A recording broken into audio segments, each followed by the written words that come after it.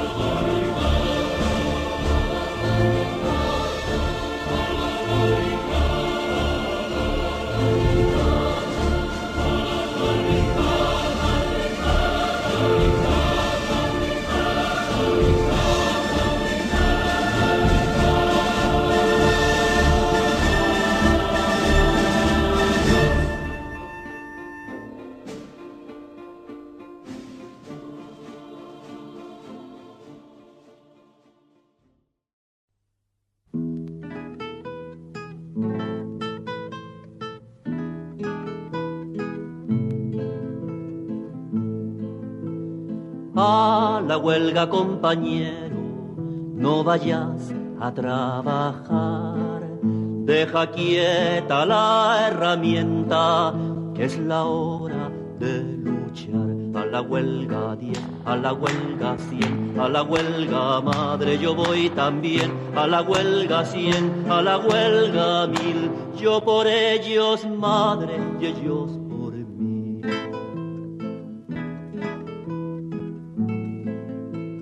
Contra el gobierno del hambre nos vamos a levantar, todos los trabajadores, codo a codo con el pan. A la huelga 10, a la huelga 100, a la huelga madre yo voy también. A la... Très bien, vraiment, là j'ai de très bons souvenirs de mes parents, surtout de ma mère, parce que mon père, je ne le voyais pas souvent, parce qu'il était chauffeur routier, on le voyait le dimanche. Mais ma mère, on a toujours vécu très bien, j'ai très bons souvenirs de ma mère, c'est formidable. Là, j'ai les photos de votre maman, je crois qu'elle a 20 ans. À peine, juste. Je la reconnais à peine d'ailleurs. Enfin, effectivement, elle était très jeune, je la reconnais à peine par rapport à quand elle avait 30 ans, 40 ans. Et là, certainement, cette photo a été prise en Espagne. Je ne pense pas qu'elle était prise en France. Parce que ma mère est venue en France en 1920. Elle n'était pas mariée encore hein, à ce moment-là. Elle s'est mariée en 21.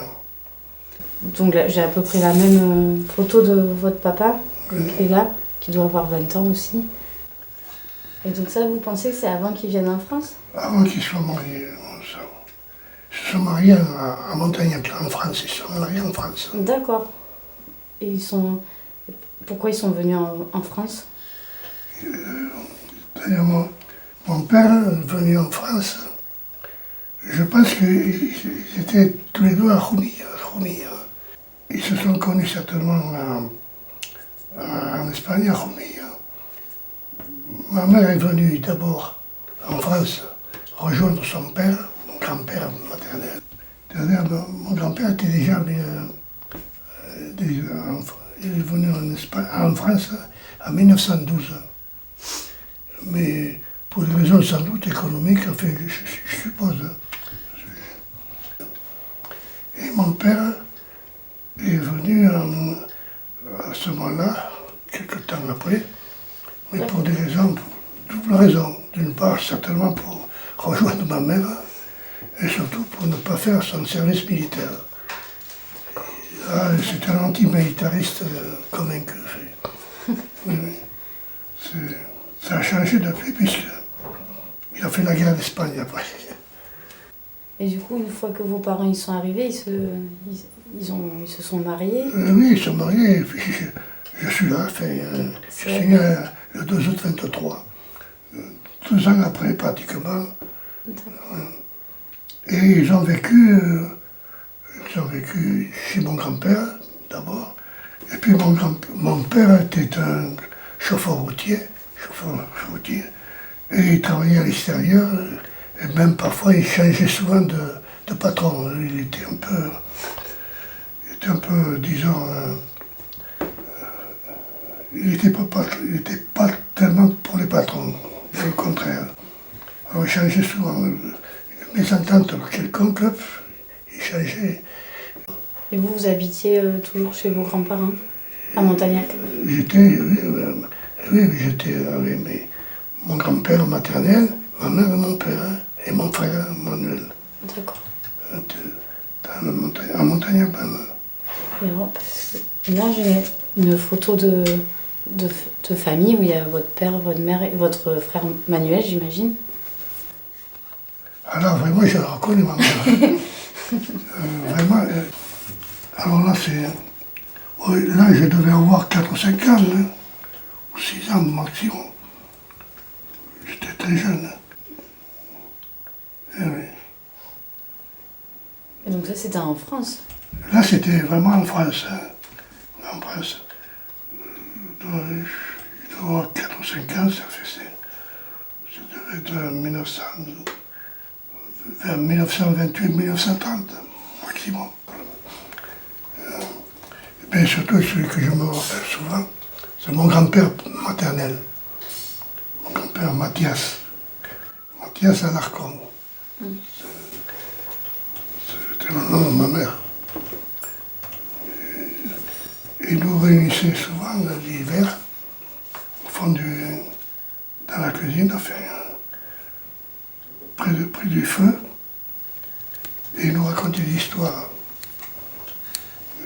passionnantes, enfin, qu'il vivait lui-même d'après un ouvrage qu'il avait toujours en permanence. Puis mon grand-père, tous les jeudis, j'allais avec lui à la campagne, enfin, il était ouvrier agricole. J'ai un très bon souvenir de mon grand-père, maternel. Alors là aussi, il nous parlait en espagnol et nous, on répondait en français. Il vous répondait, enfin, c'était normal, c'était normal. Ah oui, mais il nous parlait en espagnol parce que le français, il ne le maîtrisait pas tellement. Et c'était mort en 54. En 54, il avait 76 ans. 76 ans. Mon grand-père maternel, Mathias. Ça vous a... Ça m'a touché vraiment, la mort de mon grand-père. J'étais déjà à Toulouse. En 54, ça m'a bouleversé là-bas. Toute ma jeunesse est revenue avec lui. Il était brave.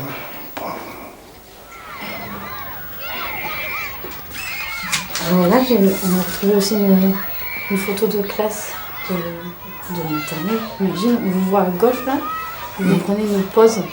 Comment vous avez fait ça? Alors ce qu'il m'a dit, c'était une école maternelle, parce qu'il y avait filles et garçons. Oui. À l'époque, la maternelle, c'était filles et garçons. Et parce qu'ensuite, quand on passait à l'école primaire, c'était les garçons d'un côté, les filles de l'autre, chacun avait son école. Et là, je connais beaucoup de Paul Ricard. Paul Ricard. On a fait l'Indochine ensemble. Il y avait Gallego, Gilbert, Thomas, Hulot. Et malheureusement, tout ce que j'ai connu, je suis le seul. Pour l'instant, je suis le dernier. L'école maternelle, il y a une partie qui donnait sur l'arrière, sur un chemin et pendant les vacances, pendant les vendanges, il y avait beaucoup de vendangeurs qui passaient par là. Et moi-même, j'aurais bien voulu y être, mais on était encore trop jeunes. Hein. Parce qu'à Montagnac, généralement, on faisait les vendanges à partir de 9 ans. Hein. On était coupeurs. À 9 ans. C'était dans une colle de 8 personnes. Et on faisait les 8 ou 10 comportes par personne. Non, oui, c'est ça. On a mis la journée rapidement, avant la fin de la journée. Et on rentrait chez soi.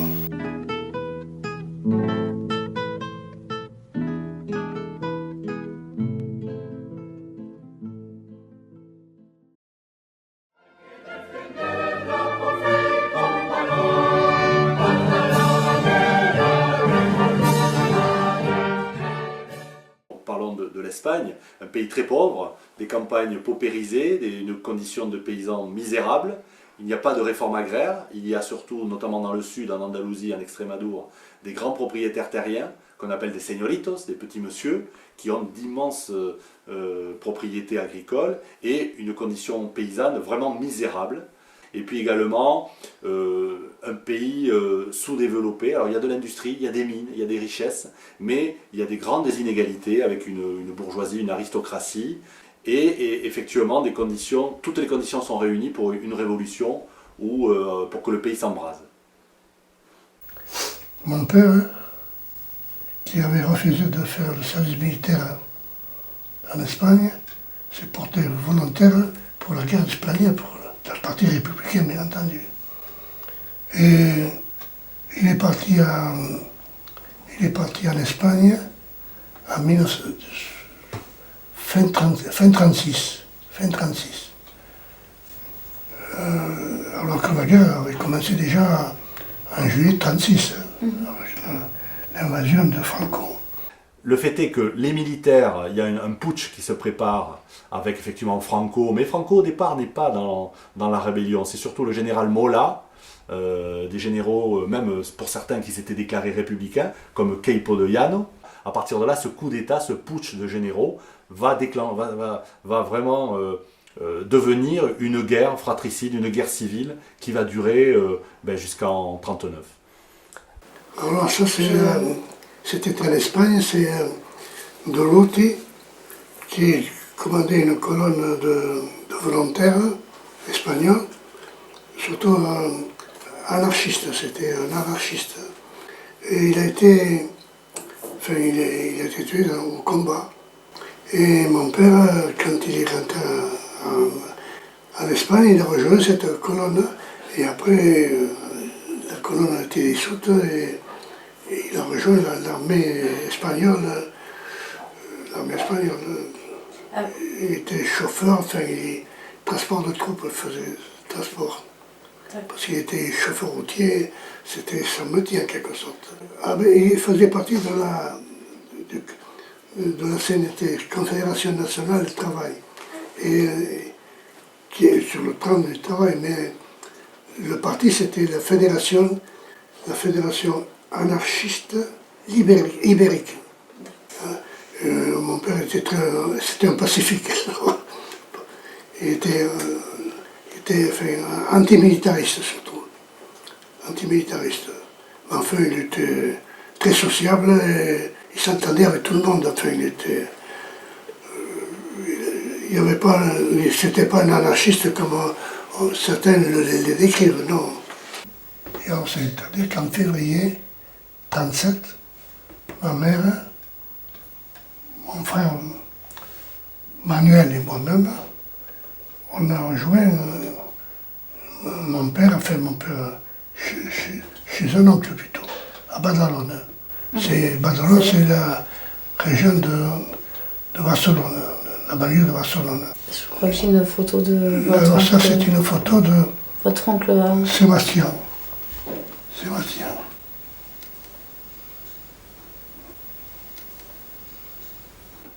C'était l'aîné des habitants de l'époque. C'était l'aîné de mon père, le plus âgé. Et il vous a accueilli Ah oui, il nous a accueillis en 1937. Et alors en 1937, mon père, il y a eu mon frère Florian est né en juin. C'est-à-dire que ma mère, quand elle est partie en Espagne, elle était déjà enceinte de mon père, bien sûr. Et il est né en juin. Et mon père se faisait beaucoup de soucis, et alors, compte tenu des bombardements qu'il y avait, et en quelque sorte, il nous a envoyés en Espagne, à Jumilla, dans la province de Murcie. Et on y est resté jusqu'à l'entrée de Franco dans Jumilla, en 1939. Et bien sûr, je suis resté avec ma mère et mes deux frères, Manuel et puis le jeune Florian. Jeune Florian, que par la suite, on a baptisé Pedro. Parce que pourquoi? Et parce que Florian, ça sonnait mal. Florian, ça sonnait mal dans une municipalité franquiste. Et alors, d'ailleurs, le nom de Pedro, on l'a connu lorsqu'il a demandé un extrait d'acte de naissance. Sinon, on ne savait pas qu'il s'appelait Pedro.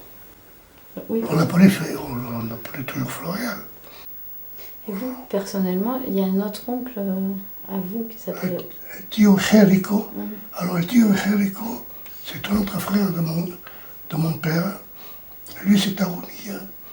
Alors, mon père, Jerico, Tio Jerico, c'était un communiste bon teint, comme on dit. Et c'est en quelque sorte lui qui m'a tué. J'ai participé, j'ai adhéré au Parti communiste et j'étais même secrétaire à 15 ans, j'étais secrétaire de section.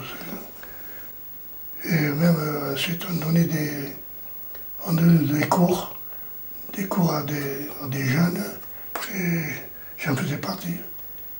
Avec mon petit bagage de français.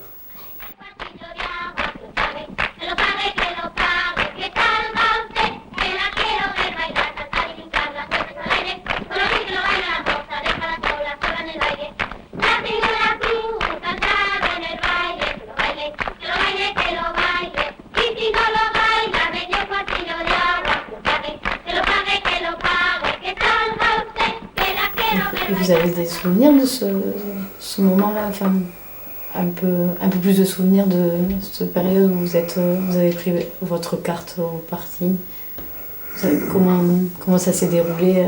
Eh bien, c'est mon oncle Jerico qui était très bien introduit dans le parti qui m'a présenté et ensuite ils m'ont en quelque sorte embauché, oui, mais parce que même j'avais une rémunération comme secrétaire. Enfin, alors là aussi, je tenais les registres des adhésions. Et là aussi, quand j'ai appris que les franquistes allaient rentrer dans Jumilla, je me suis précipité à la permanence pour détruire tout ce qui était à détruire. Ça s'est bien passé parce que mon oncle Hérico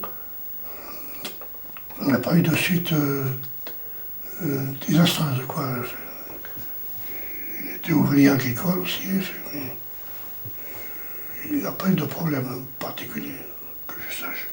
Le fait est que même les Anglais, qui n'étaient pas spécialement favorables à la République, parlent de l'Espagne en disant blood, blood, du sang, du sang, du sang. C'est vrai que c'est une guerre sanglante, où c'est vraiment une guerre front contre front, idéologie contre idéologie. C'est une confrontation très violente. Les militaires mènent une guerre à mort contre les sympathisants de gauche, ou supposés tels. Donc il y a une répression.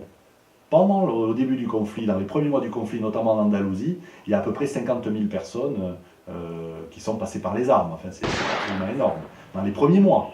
Et ensuite, toute personne, ne serait-ce que supposée de gauche ou sympathisante, est passée par les armes. Souvent torturée dans d'affreuses conditions.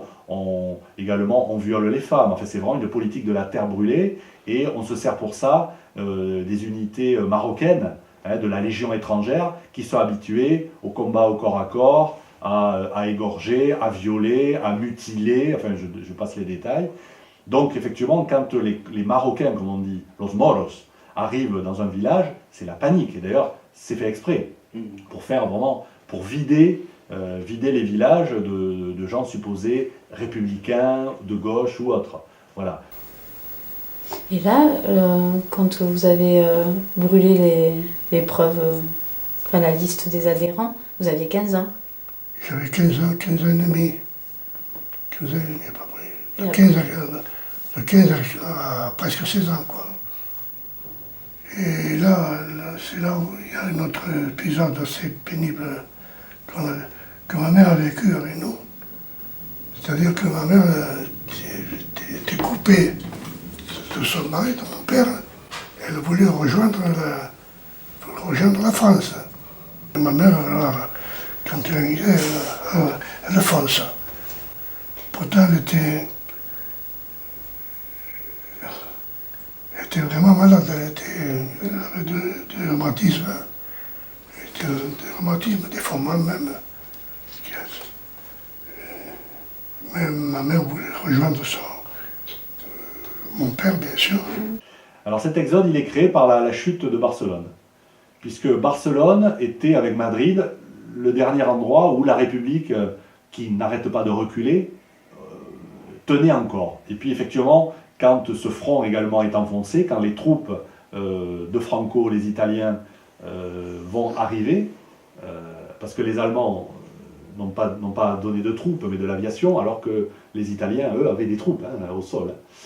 Donc le front de Catalogne est enfoncé, et la population, et également l'armée, les milices, refluent vers la France. Et ce qui va se passer, c'est que la France n'ouvre pas sa frontière tout de suite. Alors on a fait des pieds des mains. On a rejoint mon oncle Sébastien à Badalone. On y est resté quelques jours à peine. Et ma mère faisait en sorte de trouver des passeurs pour comment. Impossible. Et bien ça fait rien, et bien, on va partir quand même. Et on est parti en train jusqu'à je ne me rappelle plus une ville importante, à 20 ou 30 kilomètres de la frontière d'Espagne, de Portbou. D'accord. Je ne me rappelle plus que le nom. Et de là, Elle avait un laissez-passer quand même, parce qu'on avait prétendu qu'elle avait des parents dans ce village. Et de là, on est parti, on traversait la frontière en fraude. Et on est arrivé au bout de 2 jours. On est assis dans le maquis en quelque sorte Dans les Pyrénées. pendant 2 ou 3 jours. Vous avez traversé les Pyrénées à pied avec... Oui, mais c'était du côté, c'était du côté de Portbou. Enfin, c'était pas, il n'y avait pas de grande escalade à faire. Il y avait la route et le chemin de fer. Et nous on disait non, il faut passer au milieu. Et comme ça, on est arrivé, je ne sais pas comment on est arrivé. Et puis d'autre part, il y avait quand même des traces, des vieilles vestes, des vieux habits de l'armée espagnole qui était passée en février 1939. C'était la retirada qu'on appelle. Et enfin, on a eu beaucoup de chance, on est rentré en France. On ne va pas ouvrir tout de suite la frontière, et puis quand c'est plus tenable, la France va ouvrir sa frontière, et puis mettre notamment les combattants dans des camps, ce qu'on appelait les camps du mépris, ou les camps de la honte, à même la plage, à Argelès. On est au mois de janvier-février 1939, c'est un des hivers les plus froids du siècle. Voilà, donc il faut imaginer des hommes à même le sable, face à la mer, entourés de barbelés, avec rien pour se protéger, pas de baraquement, rien à manger, bon voilà.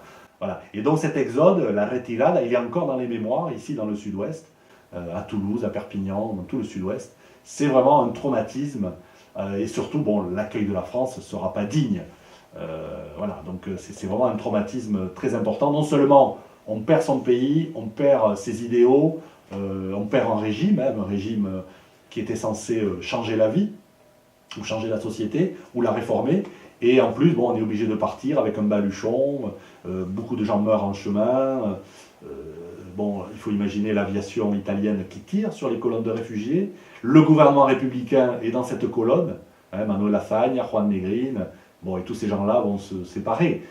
Et sur la route française, sur la route nationale, on passait comme ça tranquillement, on dit on est chez nous. On a été arrêtés par la gendarmerie. Et on a été ramenés à la frontière française quand même.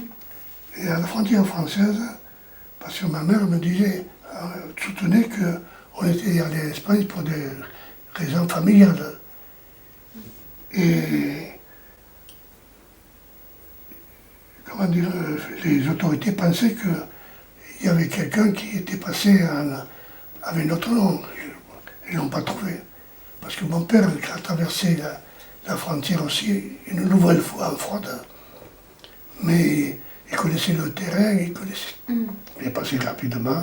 Et ensuite, une fois qu'il était en France, il a fait des pieds et des mains pour qu'on puisse le rejoindre. Ce qui a été le cas, parce qu'on a été, comment dire, dans un camp, mais enfin, c'était pas... C'était un grand magasin, je crois qu'il y avait des chevaux à l'époque. Et on est resté peut-être quelques jours. Le seul problème, c'est que moi j'avais 16 ans à l'époque et on voulait me séparer de ma mère et m'envoyer dans un camp de concentration d'adultes.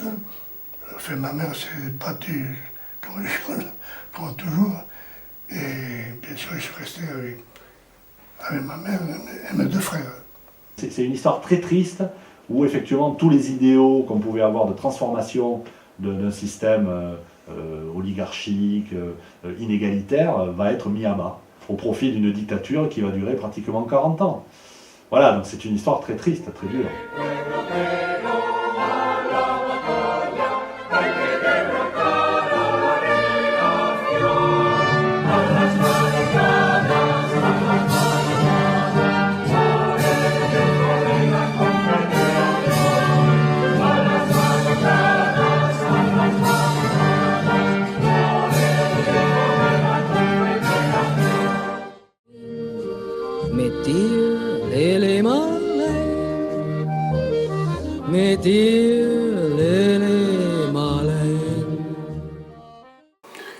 Le 239, le jour où on rentrait en France, il y avait une nouvelle guerre qui commençait.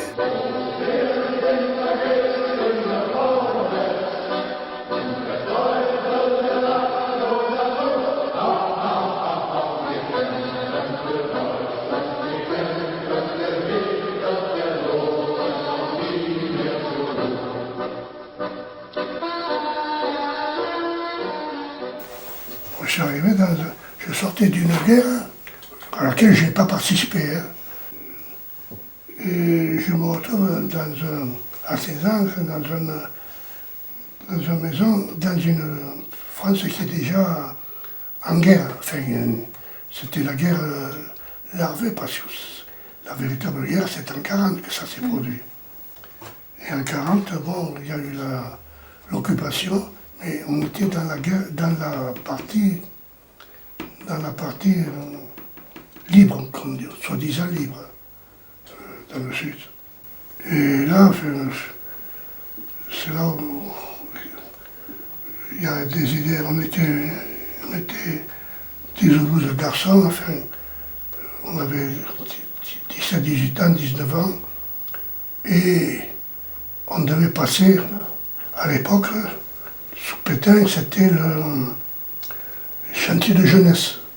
Et ça ne nous intéressait pas du tout. Ça nous travaillait un peu et on a été 3 à décider de partir de France. Et on n'a pas su trouver autre chose que de s'engager dans l'armée coloniale pour aller en Algérie. Adieu vieille Europe, que le diable t'emporte. Adieu vieux pays, pour le ciel si brûlant de l'Algérie. Adieu souvenir, notre vie va finir. Il nous faut du soleil, de l'espace, pour redorer nos carcasses. Salut camarades, donnons-nous l'accolade. Nous allons sac au dos, flingue en main, faire ensemble le même chemin.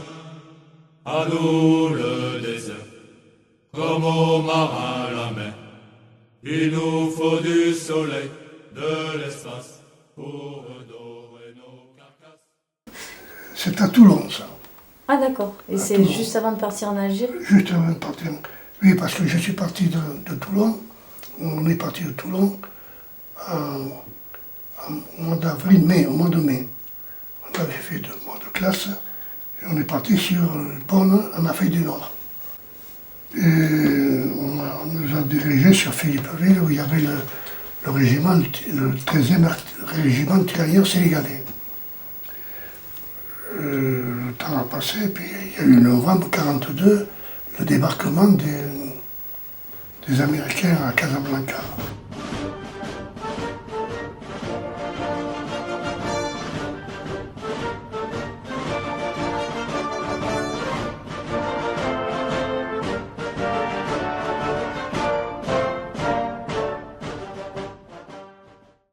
Alors là, il y a eu, d'une façon générale, parce que, qu'on le veuille ou non, c'était quand même l'armée de Pétain à l'époque, jusqu'en 1942. Alors les états-majors, il y a eu un certain... Quand les Américains ont débarqué, il y a certains qui voulaient repousser les Américains. Mais la troupe elle-même, non, elle ne voulait pas. Mais, et puis ça a duré que quelques heures, tout ça. Et puis on a posé la cause américaine, et c'est de là que est partie la véritable campagne de l'armée française contre les nazis et les Italiens. Et notre régiment, tirailleur sénégalais, qui était en Algérie, on a été dirigé sur le sud tunisien, en 1943. Et là, on a fait la campagne de Tunisie contre les Italiens. Bon, au nord, c'était les Américains, les Français, on était vers le sud.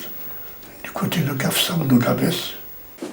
Et vraiment, c'était minable, parce qu'on était vraiment mal habillés, mal armés, mais on a fait ce qu'on a pu et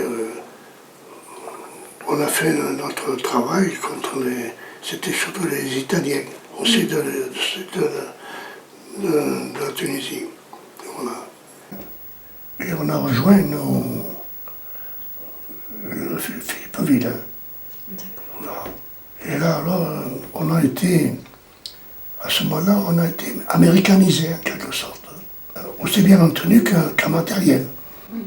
Et tout ça pour une préparation pour de l'opération ultérieure. Et entre autres, se diriger sur la Corse en 1944. Et de la Corse est partie, disons, la campagne pour la conquête de l'île d'Elbe.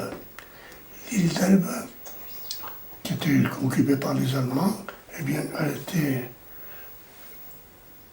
a été libérée, aussi bien par les Américains que par les Français, en quelques jours, en quelques semaines, même quelques jours. Je n'ai pas participé à la campagne j'ai simplement participé à, comment dire, il fallait permettre les camions de circuler dans l'eau.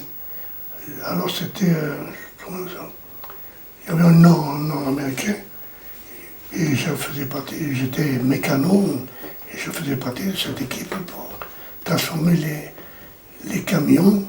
C'est fou. Les camions, c'est-à-dire que il y a les bateaux de débarquement qui arrivent, il y a un flanc qui sort, et puis les voitures qui sortent, et il y a toujours quelques mètres dans l'eau. Oui. Alors il fallait protéger quand même les moteurs pour qu'ils puissent traverser ces quelques mètres. D'accord. Et ça, vous avez... Waterproofing, voilà le terme. Comment ? Waterproofing. D'accord. Water c'est eau, proofing ça doit être Qui protège. Protection. Alors moi dans ce régiment, je faisais partie de la compagnie anti-char. La compagnie anti-char, c'était des canons de 57 contre les chars, tractés par des Dodge de 6 roues. Il y a les 4 roues, il y a les 6 roues, c'est-à-dire permettre justement une équipe de rentrer dans le véhicule 7 ou 8 pour servir le canon et puis pour le protéger également. Et c'était une compagnie anti-char. Mais moi j'étais mécano quand même. Autrement dit, je n'ai pas fait le coup de fusil comme mes camarades l'ont fait. Voilà. Alors, il y a eu l'île d'Elbe. Une fois que l'île d'Elbe a été conquise, nous on s'est retiré ici. Enfin, le bataillon s'est retiré sur Ajaccio et on se préparait pour. Et ça, c'était en juin 1944. On se préparait pour le débarquement en Provence, qui a eu lieu le 15 août 1944. Le 15 août 1944, il y a eu un débarquement, mais c'était surtout les Américains qui ont débarqué sur la Provence, en Provence, parce que les Américains, ils ont été formidables aussi, les Américains. Et il n'y avait qu'un bataillon, un ou deux bataillons qui étaient avec eux. Mais nous, notre régiment a débarqué en Provence quand le 18 ou 19 août, 2 ou 3 jours, le terrain était neutralisé, et donc on n'avait pas besoin de waterproofing pour débarquer. Et alors, parce que je faisais partie, le 13e RTS faisait partie de la 9e division d'infanterie coloniale.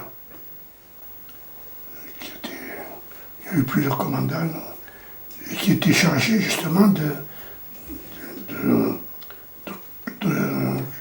combattre enfin, les nazis, les Allemands, et de prendre Toulon. C'est le 9e DIC avec notre régiment, enfin d'autres régiments. On a pris Toulon Vous avez libéré fin août.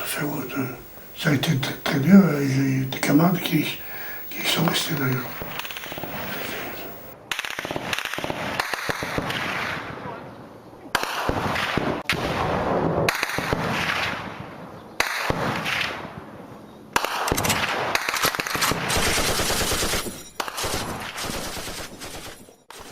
Et de Toulon, bon, une fois que ça a été conquis, on est monté le long du Rhône.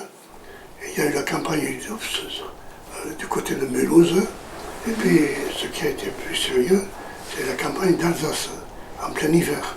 Et il y a eu des hauts et des bas, et avec des pertes, bien sûr. Et entre-temps, il y a eu ce qu'on appelle le blanchiment de la 9e DIC, parce qu'on n'était que il y avait beaucoup de tirailleurs sénégalais. D'ailleurs, moi, je faisais partie d'un régiment de tirailleurs sénégalais. Et les Sénégalais, enfin, il n'y avait plus que des Sénégalais, hein, c'était le terme, mais enfin, il y avait de toutes les contrées d'Afrique. Ils ont été remplacés par des jeunes, les maquisards, des résistants. C'est le blanchiment. Et c'est ce qu'on appelait le blanchiment de la 9e DIC. Et on a traversé le Rhin du côté de Strasbourg, au pont de Kehl.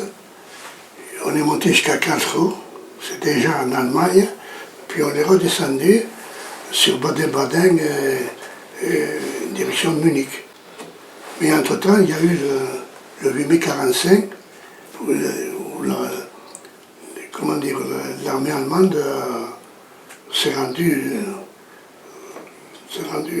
La mai 1945, c'est ce qu'on appelle il y a eu l'armistice, le mai 1945. Bei der Laterne wollen wir stehen wie einst Lili Marleen, wie einst Lili Marleen. Du côté de la mer de Chine, il y a un homme que tout un peuple révère comme un père, et cet homme se nomme Ho Chi Minh. Ça a été fait septembre 1945.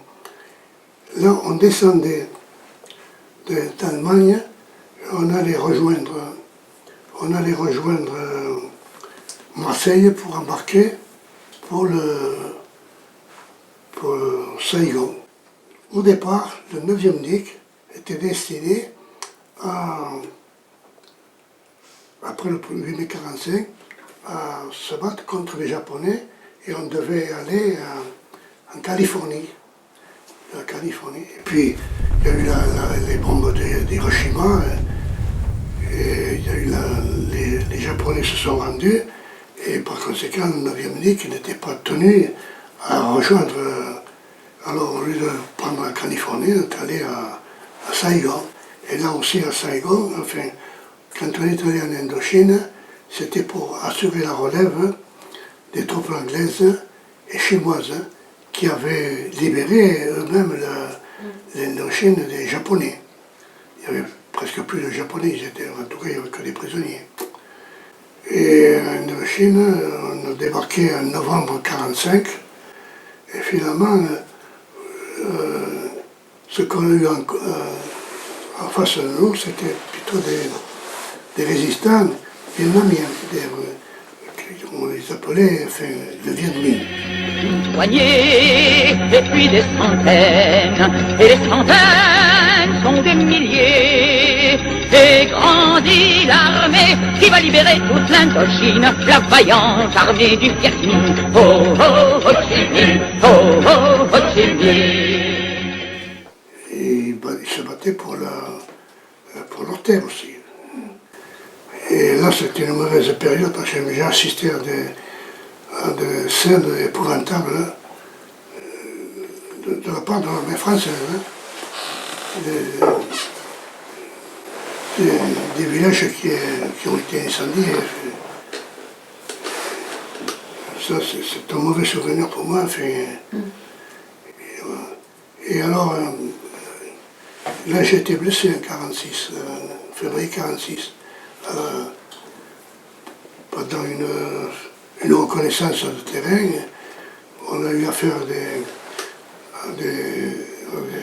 maquisards bien mis. J'ai été blessé, au pied. Et j'étais hospitalisé. Mon régiment a été envoyé au Tonkin, alors là ça devenait plus sérieux, au Tonkin, à Haiphong. Et moi j'ai rejoint, une fois que j'étais guéri à Saigon, j'ai rejoint mon régiment, alors que j'aurais dû être rapatrié, parce que j'étais plus sous contrat.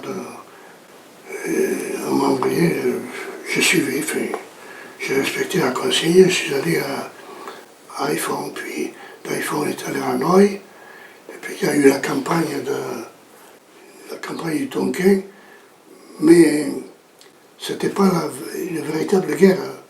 La véritable guerre de Tonkin a eu lieu à partir quand on est parti à partir de 47. Voilà. Alors j'ai rejoint Haiphong, j'attendais toujours l'ordre de départ. Et là aussi, il y a un problème. J'étais pas dans toute la liste. Je ne pouvais partir que si un camarade qui était parti en patrouille ne revenait pas. Il est revenu heureusement. Alors ça m'a retardé, mais enfin, dans l'épaule. Et alors, c'est une autre coïncidence, c'est quand je suis arrivé à Saigon, à Hanoï à Saigon, qui je rencontre mon frère, Manuel. Parce que lui, il s'était engagé aussi. Et il a fait... Moi je partais, lui il arrivait en Indochine. Alors, ce qui fait que là aussi, il a connu de mauvais souvenirs, enfin, de mauvais moments. Surtout qu'il a fait deux fois la campagne d'Indochine. Parce que lui, il a fait il s'était engagé à plusieurs reprises. Alors que moi j'ai toujours refusé de m'engager. Alors ensuite, bon, quand je suis en 47, août 47, je débarque à Marseille. Et là, j'étais libéré avec 3 ou 4 mois, j'étais encore sous les ordres de l'armée, pendant 3 ou 4 mois. Des montagnes et de la jungle, des hauts plateaux et des rivières, les hommes et les femmes sèment comme des graines dans tout le Vietnam, la victoire et la liberté. Oh, oh, Ho Chi Minh, oh, oh, Ho Chi Minh. Debout les damnés de la terre, debout les forçats de la femme, la raison de... Comment vous l'avez connue, votre femme? C'est une histoire. En août 45, je suis rentré d'Allemagne. Et je savais que la guerre était terminée, mais il y avait encore contre le Japon. Et je savais que je devais partir en Californie, à l'époque, en mai 45. Et alors en mai 45, qu'est-ce que je fais? Je vais chez le 8 mai 45, et je lui demande, enfin chez celle, si elle voulait être ma marraine de guerre. Et elle m'a dit, mais la guerre est terminée. Je dis non, pour moi elle n'est pas terminée, puisque j'ai encore les Japonais sur le dos, en quelque sorte. Mais là, elle a accepté. Et j'ai eu une correspondance. Et puis, enfin, on est arrivé à ce dénouement heureux le 2 janvier 48. Ça, c'est une. Elle remonte à 2 janvier 48, cette photo.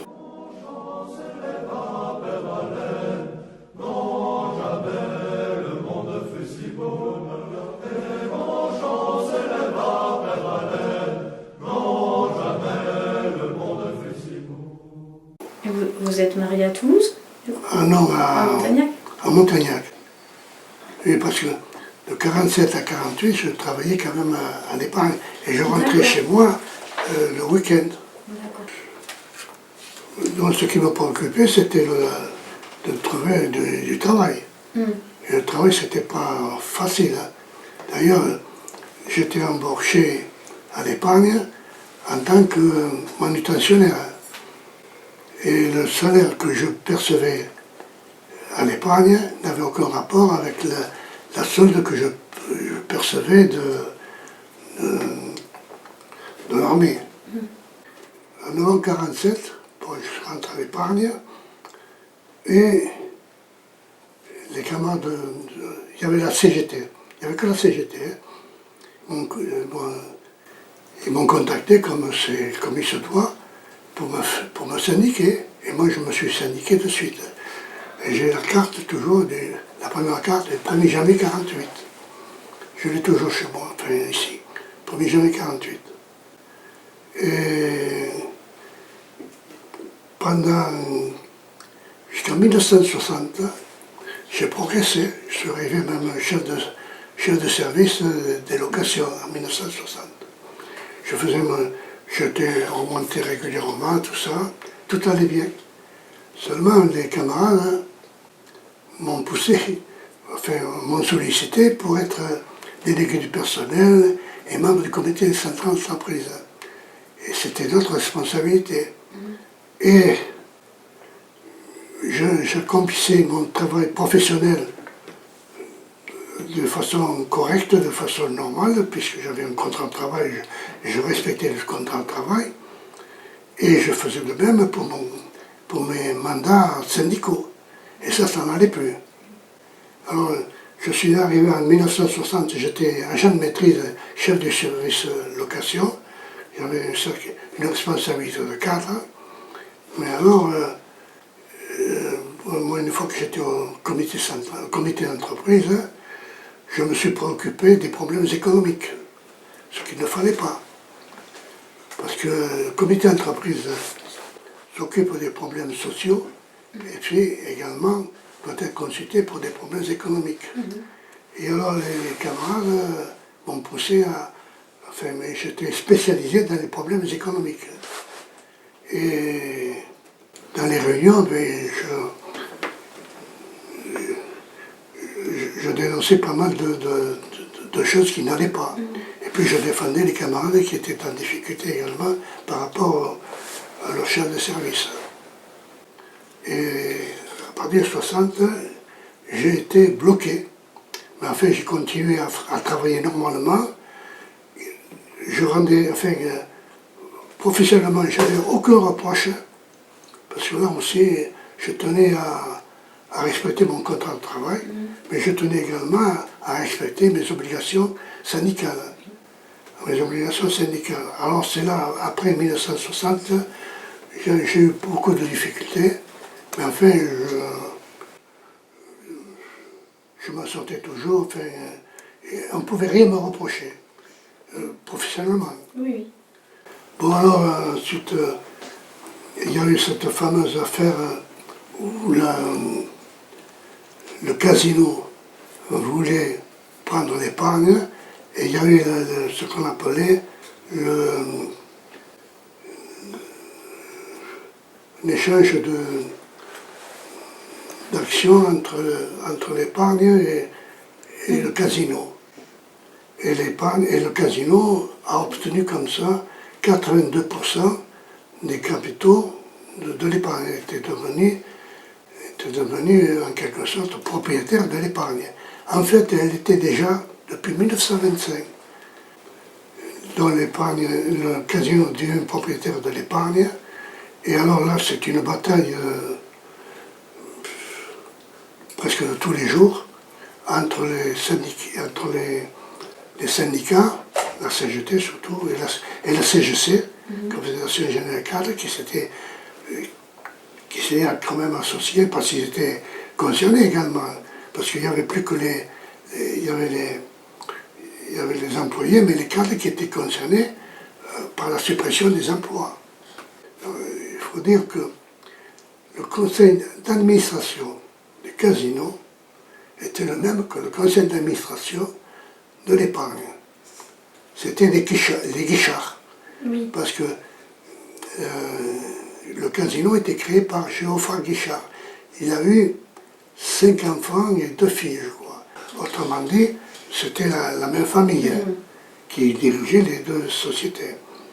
Et le casino faisait en sorte, et c'est pour ça qu'on se battait, que l'épargne devienne déficitaire, ce qui a été. Et, comment dire, il y a eu un accord qui s'est passé entre les 2 conseils d'administration, c'était les mêmes, où le casino mettait à disposition de l'épargne tout le personnel nécessaire pour redresser la situation. Et alors on est arrivé à une invasion de cadres en 72. En 72, l'épargne, mon service avait été supprimé et transféré à Saint-Étienne. Autrement dit, en 72, je n'avais plus d'emploi. Seulement comme j'étais délégué, j'étais protégé par la loi. Et ils ne pouvaient pas me licencier comme ça. Mais ils ont fait quand même la demande en 72. Alors, ils ont porté plainte contre moi auprès de l'inspecteur du travail pour me licencier. L'inspecteur du travail, en 72, a refusé mon licenciement, considérant qu'il y avait une liaison entre mon licenciement et mes activités syndicales. L'épargne, s'adresse au ministre du Travail. Le ministre du Travail a suivi les mêmes directives que son inspecteur du Travail. Et mon licenciement a été refusé. C'était pas terminé pour moi. Qu'est-ce qu'ils ont fait? Ils se sont adressés au Conseil des prud'hommes pour me licencier, pour me licencier d'une façon judiciaire par le Conseil des prud'hommes. Et là, malgré tous les documents que je procurais, le Conseil des prud'hommes a donné raison à l'épargne. Et j'étais licencié. En 73. J'ai fait appel et à ce moment-là, mon licenciement était suspendu. Je continuais à être comme employé de l'épargne, mais sans aucun travail, sans aucun travail. Mais moi j'en profitais pour défendre les camarades à ce moment-là. En fait. Alors, la Cour d'appel s'est prononcée, a confirmé la décision du Conseil des prud'hommes, et là j'ai été licencié définitivement, effectivement, à ce moment-là, en 1974. Mais l'épargne, ça ne suffisait pas. Ils ont introduit une action administrative auprès du tribunal administratif. Et le tribunal administratif de Toulouse a annulé la décision du ministre. Ce qui fait que finalement, j'étais licencié aussi bien administrativement que judiciairement. Et je ne me suis pas satisfait de ça. J'ai fait appel à la Cour de cassation contre la décision de la Cour d'appel et au Conseil d'État contre la décision du tribunal administratif. En 1975, j'ai gagné en Cour de cassation, en 1975, seulement comme il y avait l'affaire du tribunal administratif encore, je n'ai pas été licencié. Je ne pouvais pas être réintégré. Alors en 1975, je gagne la Cour de cassation et en février 1977, c'est-à-dire 2 ou 3 ans après, le Conseil d'État me donne raison. D'ailleurs, cette affaire est passée dans les annales juridiques dans pas mal de revues. Et alors, en février 1977, le Conseil d'État annule la décision du tribunal administratif et par conséquent, je redeviens salarié de l'épargne. 2 jours après, qu'est-ce que je reçois une lettre de licenciement, une nouvelle lettre de licenciement, en disant il n'y a pas de travail pour vous, on vous licencie. Alors c'est en 2 lignes. Et alors là, il y a une nouvelle bagarre qui se conduit parce que je vais dans le conseil des prud'hommes, je gagne, seulement en février 1977. En 1975, j'étais encore protégé par la loi, parce que j'étais encore délégué, et en 1977, mon mandat était terminé. Ce qui fait que je ne pouvais plus prétendre à la réintégration comme ça. Oui. Et alors, je suis allé devant le conseil des prud'hommes. Le conseil des prud'hommes me donne raison, mais m'a accordé des indemnités. Mais moi, ce que je voulais, c'était la réintégration. Et alors, je gagnais, mais je fais appel. La cour d'appel, c'est pareil.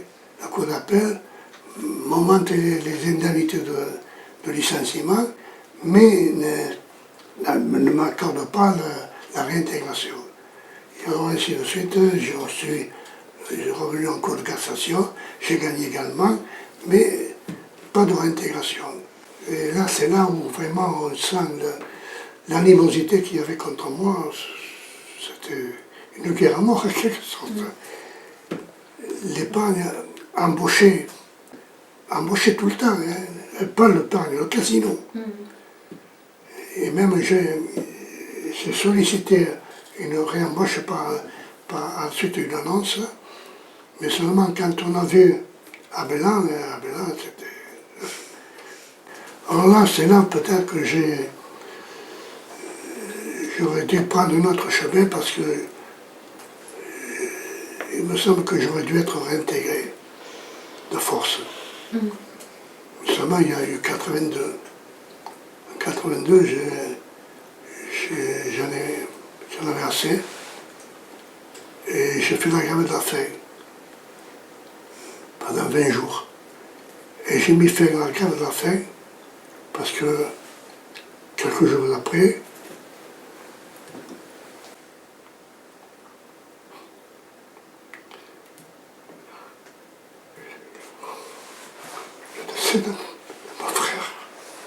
le décès de mon frère en Afrique, au Centrafrique, à Gabangui. Ma mère qui était malade, et mon deuxième frère qui était très malade. Alors là, j'ai tant pis, j'abandonne. Et j'ai arrêté la grève de la faim 20 jours après. Voilà, et puis, 1 an après, j'étais devenu, comment dire, retraité. Ce que je suis encore actuellement, depuis 83. Comment dire, pendant la lutte que j'ai menée contre le casino, ma femme a été malade de 1969 à 1976. Elle a eu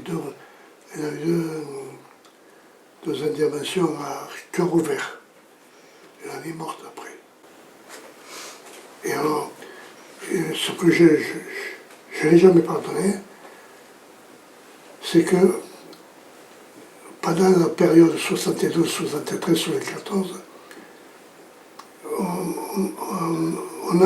l'épargne, enfin le casino, envoyait l'huissier ici, parce qu'on habitait déjà ici, on est là depuis 1953.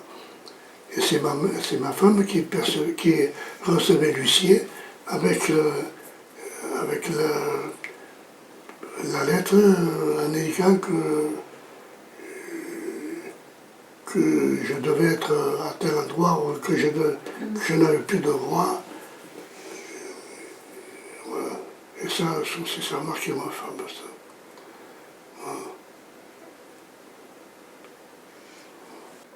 Mais enfin, j'ai la conviction, ce que j'ai retiré surtout, c'est que le casino a utilisé des moyens illégaux et vraiment dégueulasses, faut le dire.